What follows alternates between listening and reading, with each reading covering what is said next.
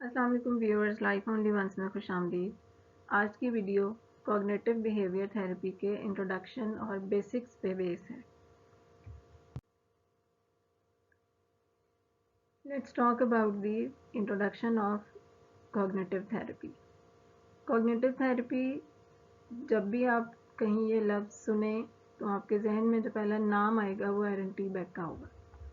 एरन T bake की अगर हम बात करें तो इनिशियली ही वाज प्रैक्टिसिंग एज साइकोएनालिस्ट।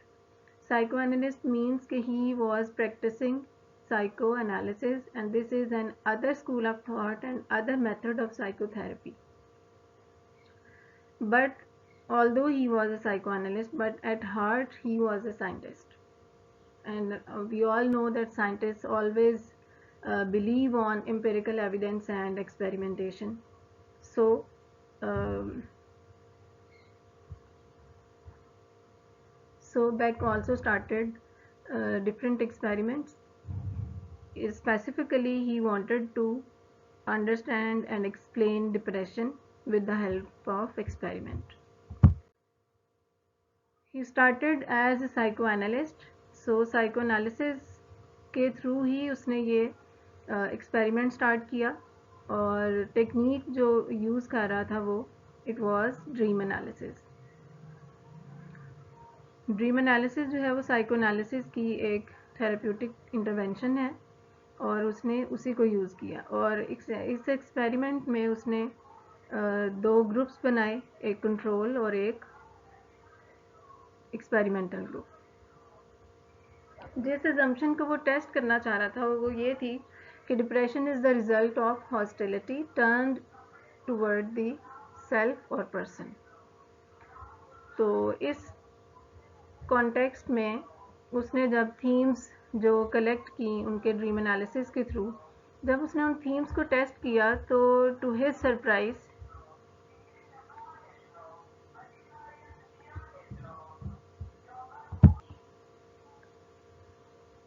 जब उसने इन ड्रीम एनालिसिस के थ्रू कलेक्ट की हुई थीम्स को एनालाइज किया तो उसको सरप्राइजिंग रिजल्ट्स जो हैं वो मिले और उसने ये डिस्कवर किया कि उनके जो थीम्स हैं वो हॉस्टिलिटी से तो इतने ज़्यादा रिलेट नहीं कर रहे, rather they are more related to defectiveness, deprivation and loss. And later on he recognized कि ये जो themes हैं ये उन patients की thinking के साथ parallel आ रही हैं या उनके thinking process के साथ मैच कर रही हैं जो कि वो जागते हुए सोच रहे होते हैं।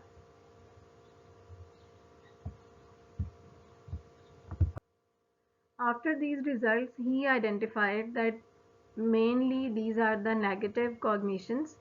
He later on termed these negative thoughts as cognitive distortions. Cognitive distortions की हम later on एक और अदर वीडियो में डिटेल डिस्कशन करेंगे। तो अभी के लिए सिर्फ इतना कि ये जो डिस्टॉर्शंस हैं बेसिकली बेक ने इस एक्सपेरिमेंट के थ्रू ये डिवाइस किया कि these are the primary reasons of depression. और फिर इसी के ऊपर बेस करके उसने एक ऐसा शॉर्ट टर्म प्लान डेवलप किया कि जिसमें वो उस पर्सन की या उस पेशेंट की जो थिंकिंग है उसको टारगेट करेगा और रियलिटी टेस्टिंग के थ्रू उसको चेंज करने की कोशिश करेगा। सो इन 1960s बेक ने कॉग्निटिव थेरेपी की टर्म जो है वो डेवलप की आफ्टर दिस एक्सपेरिमेंट और आज हम सिनोनिमसली कॉग्निटिव थेरेपी और कॉग्निटिव बिहेवियर थेरेपी जो है वो अपनी फील्ड में ऑल्टरनेटली ये दोनों टर्म्स यूज़ करते हैं।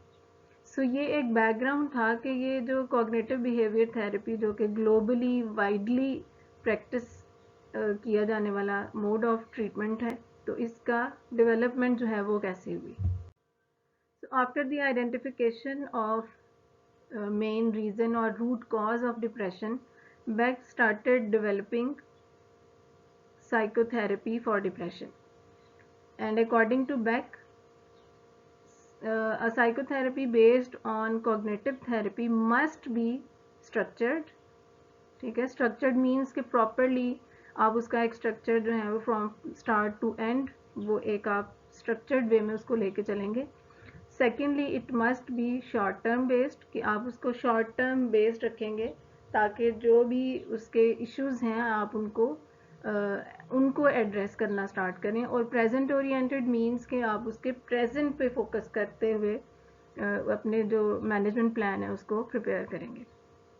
और इन सारी चीज़ों को आप प्लान करने के बाद उसके जो डिसफंक्शनल थिंकिंग है, उसके जो नेगेटिव या इनएक्यूरेट थॉट प्रोसेस हैं, आप उसको चेंज करेंगे और अल्टीमेटली उसके बिहेवियर में चेंज लेके आएंगे।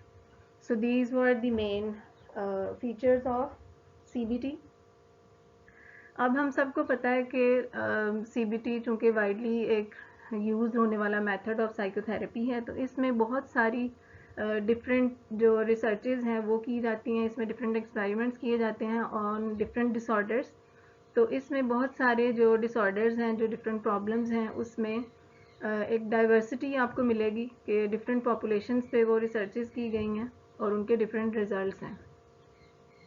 और जब आप किसी चीज़ को प्रैक्टिस कर रहे होते हैं तो इट मीन्स कि आप कुछ नई उसमें चीज़ें ऐड भी कर रहे होते हैं। सो इट मीन्स कि जो साइकोथेरेपी सीबीटी पे बेस्ड आज हम जो डिफरेंट प्लान्स बनाते हैं उसमें बहुत सारी चीज़ें जो उनका टेक्निक्स हैं वो नई ऐड हो रही होती हैं। लेंथ ऑफ ट्रीटमेंट में भी चेंजेस हो सकती हैं, because we all know that psychotherapy is always tailor made. It depends on the need of patient. So sometimes maybe 8 to 12 sessions are more than enough for a person, and for other one this is not going to work. He or she needs more sessions. So it depends. तो इस तरह से CBT में day by day research और इस पे experiments के साथ साथ इसमें बहुत सारी टेक्निक्स भी नई ऐड इन हो रही हैं और इसमें डिफरेंट अडेप्टेशंस जो हैं वो आपको मिलेंगी। इन सारी चीज़ों के बावजूद आपको ये इसका जो थेरेटिकल अजम्पशन है, इसका जो थेरेटिकल स्टांस है, वो ऑलमोस्ट आज भी वही है। और उसमें आप हमें पता है कि इसका थेरेटिकल अजम्पशन ये है कि थिंकिंग जो है that is the main reason of all distress और problems in our life. So means जो इसका थेरी है it is intact, but we have different new techniques in this method.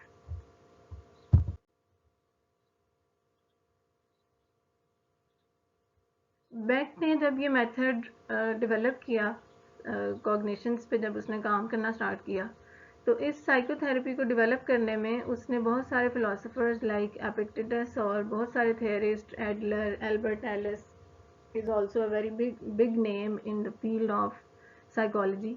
तो उसने इन सब को भी स्टडी किया और उनके आइडियाज़ को पढ़ने के बाद उसने ये एक नई साइकोथेरेपी जो है वो इंट्रोड्यूस करवाई। Every school of thought has its own model. So likewise, this therapy also has its model, and that is known as cognitive model. We will discuss this model in next few sessions.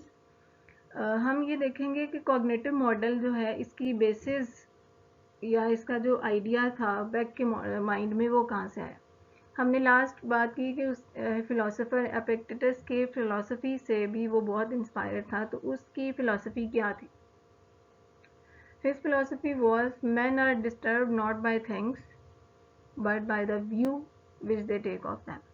कि हम चीज़ों से नहीं बल्कि हम उन चीज़ों के बारे में जो व्यू पॉइंट रखते हैं उसकी वजह से हम डिस्टर्ब होते हैं। इसी तरह से जो बेक का मॉडल है उसका मेन स्टांस ये है कि it is not the situations in our lives that cause distress. वो कहते हैं कि सिचुएशंस, हालात वाक़यात नहीं हैं जो हमारी ज़िंदगी में मसाइल या परेशानी का बायस बनते हैं, बल्कि हम उन चीज़ों को, हम उन हालात वाक़यात को जैसे इंटरप्रेट करते हैं, हम उससे जो मतलब निकालते हैं वो चीज़ हमें परेशान करती है।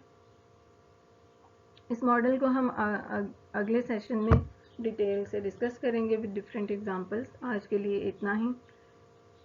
अपना और अपने इर्द गिर्द लोगों का ख्याल रखें। इंशाल्लाह मिलेंगे नेक्स्ट टाइम नई वीडियो के साथ। अल्लाह हाफिज़।